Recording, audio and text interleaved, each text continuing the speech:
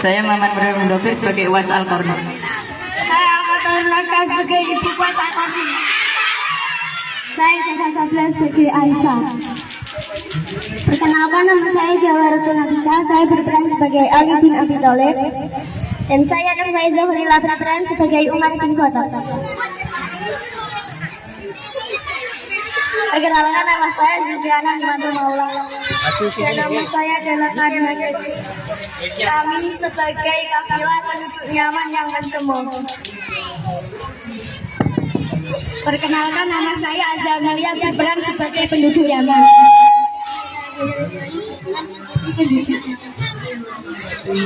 Capek Miku. Perkenalkan, nama saya Muhammad Kamil sebagai Sinasa Sibir. Kami akan menceritakan kisah tentang Uwais Al-Qarni. Selamat menyaksikan.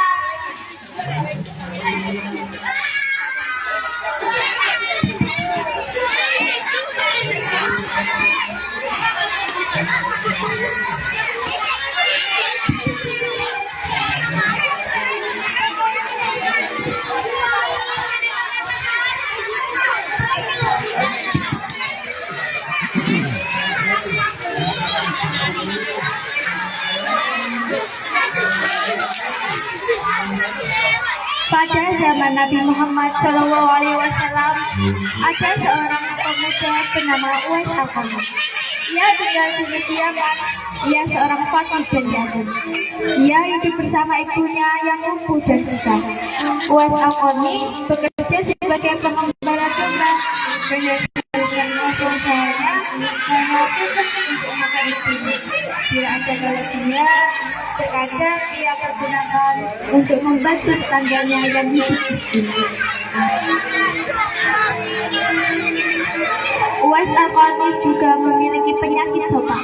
Tubuhnya belang-belang, walaupun cacat, ia adalah pemuda yang sangat berbakti kepada ibunya.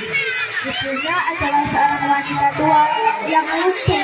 Uwais senantiasa merawat dan memenuhi permintaan ibunya.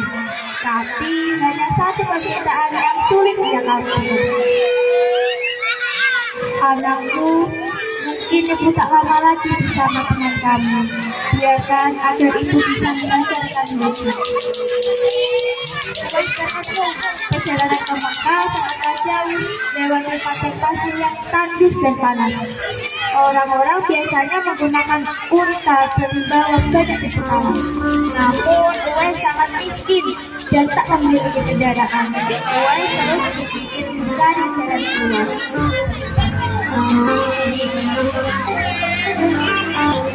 Kemudian diberilah seekor anak lembu.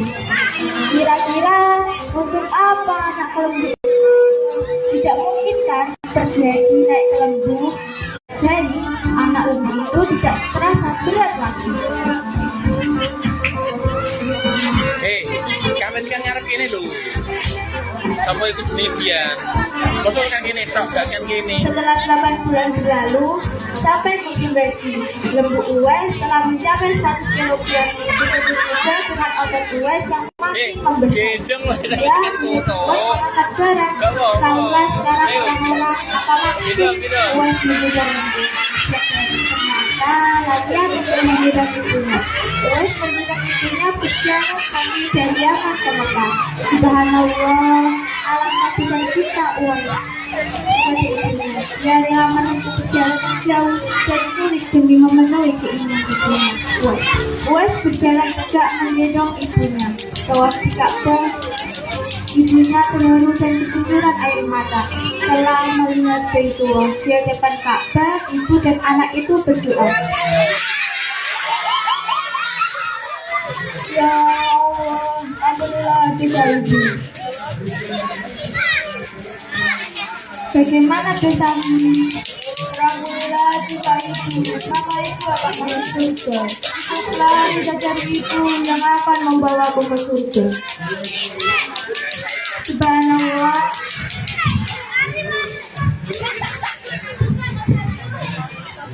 Itulah keinginan Uwais yang tulus dan penuh cinta. Allah Subhanahu wa Ta'ala pun memberikan karunia-Nya, Uwais ketika itu disembuhkan dari penyakit sopaknya, tertinggal bulatan putih di tengkuknya. Tahukah kalian apa hikmah dari bulatan disisihkan di tengkuk?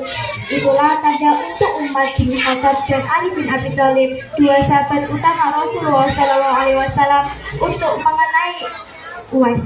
Uwais Al-Qarni dikenal anak yang taat beribadah dan patuh kepada ibunya. Ia seringkali berpuasa. Alangkah sedihnya hati Uwais Al-Qarni setiap melihat tetangga sering bertemu dengan Nabi Muhammad, sedangkan ia sendiri belum pernah berjumpa dengannya. Kerinduan Uwais Al-Qarni untuk menemui Nabi Muhammad SAW makin dalam. Hatinya selalu bertanya-tanya, kapan ia bertemu Nabi Subhanahu wa Ta'ala, dan memandang wajah beliau dari dekat. Ia rindu mendengar suara Nabi Muhammad SAW. Kerinduan karena iman. Oh ibu, bolehkah anak ini pergi ke Madinah untuk berjumpa dengan Rasulullah? Pergilah wahai Uwais anakku, temuilah Nabi di rumahnya, dan bila setelah berjumpa dengan Nabi, segeralah kau kembali pulang. Kita bergembiranya mendengar jawabannya itu. Segeralah ia berkemas untuk berangkat dan berpesan kepada tetangganya agar menemani ibunya selama ia pergi. Sesudah berpamitan dan mencium tangan ibunya, berangkat Uwais Al-Qarni menuju ke Madinah. Setelah ia menemukan rumah Nabi, ketukannya rumahnya sambil mengucap salam. Keluarnya seorang seraya membalas salamnya.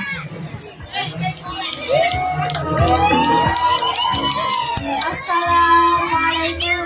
Waalaikumsalam. Permisi, bisakah saya bertemu dengan Rasulullah? Maaf, tidak bisa. Rasulullah sedang bertempuran bersama sahabatnya yang lain. Dalam hati Uwais bergejolak rasa ingin menunggu bertemu dengan Nabi. Sementara ia ingat pesan ibunya agar ia cepat pulang ke Yaman. Akhirnya karena ketaatannya kepada ibunya, pesan ibunya mengalahkan suara hati dan kemauannya untuk menunggu dan berjumpa dengan Nabi SAW. Waktu terus berganti. Suatu ketika Khalifah Umar ingat sabda Nabi SAW tentang Uwais Al-Qarni. Khalifah Umar berbincang dengan Ali. Wahai Khalifah, apakah kau tahu sabda yang Insya Allah saya tahu Rasulullah pernah bersabda, kalau kalian ingin berjumpa dengan dia, perhatikanlah. Ia mempunyai tanda putih di tengah telapak tangannya. Rasul menyarankan apabila kalian bertemu dengan dia, mintalah doa terbaik. Ia adalah penghilang, bukan orang dulu. Apakah kau ingin menemuinya? Ya, insya Allah.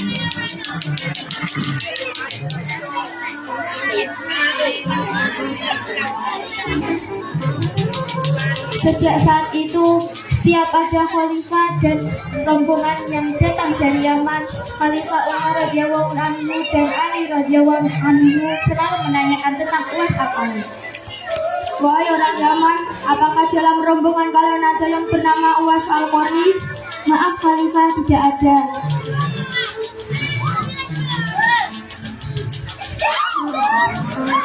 Wahai orang Yaman, apakah dalam rombongan kalian ada yang bernama Uwais Al-Qarni? Maaf Khalifah, tidak ada. Suatu hari rombongan Yaman datang ke Madinah. Seperti biasa, Khalifah Umar menanyakan apakah ada Uwais Al-Qarni dalam rombongan. Ternyata saat itu Uwais berada dalam rombongan. Mendengar jawaban itu, Khalifah Umar dan Ali segera pergi menjumpai Uwais Al-Qarni.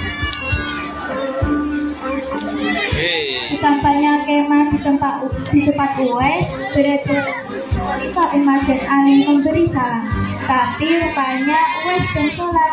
Setelah mengakhiri dengan salam, Uwais menjawab salam Khalifah Umar dan Ali sambil mendekati kedua sahabat Nabi ini. Oke, kasar banget.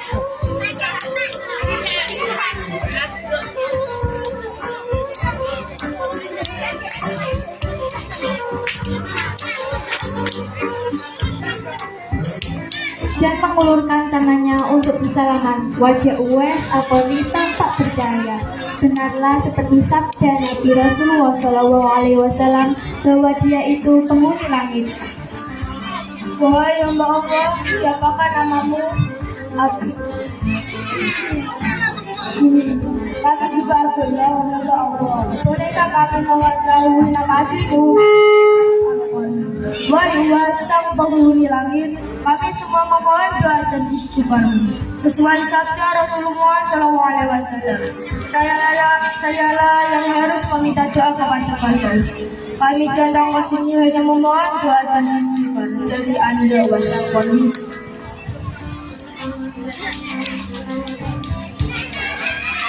Terima kasih Uwais, ini ada sedikit sedekah dari kami. Tidak, saya tidak mau. Saya hanya meminta sesuatu kepada Khalifah Umar. Hamba memohon supaya hari ini saja hamba diketahui orang. Untuk hari-hari selanjutnya, biarlah hamba fakir ini tidak diketahui orang lain. Beberapa tahun kemudian, Uwais Al-Qarni meninggal. Anehnya, pada saat dimandikan, tiba-tiba sudah banyak orang yang berebut untuk dimandikan. Mau dikatani, di sana pun sudah ada orang-orang yang berebut untuk mengangkatnya. Saat mau dikubur, sudah banyak orang yang siap menggali kuburnya. Ketika usulnya dibawa ke ibunya, luar biasa banyaknya orang yang berebut untuk mengusungnya. Siapakah sebenarnya kau wajah Uwais Al-Qarni? Uwais yang terkenal hanyalah orang fakir dan tak memiliki apa-apa.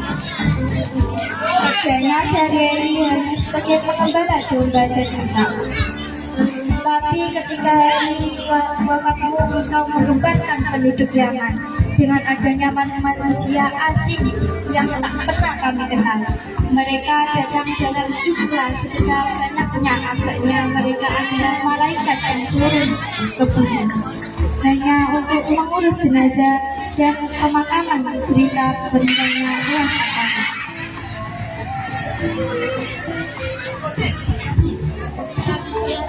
Dan keanehan-keanehan terjadi ketika wujudnya tersebar kemana-mana. Ada pengurus jenazah yang menjelaskan siapakah Nabi Muhammad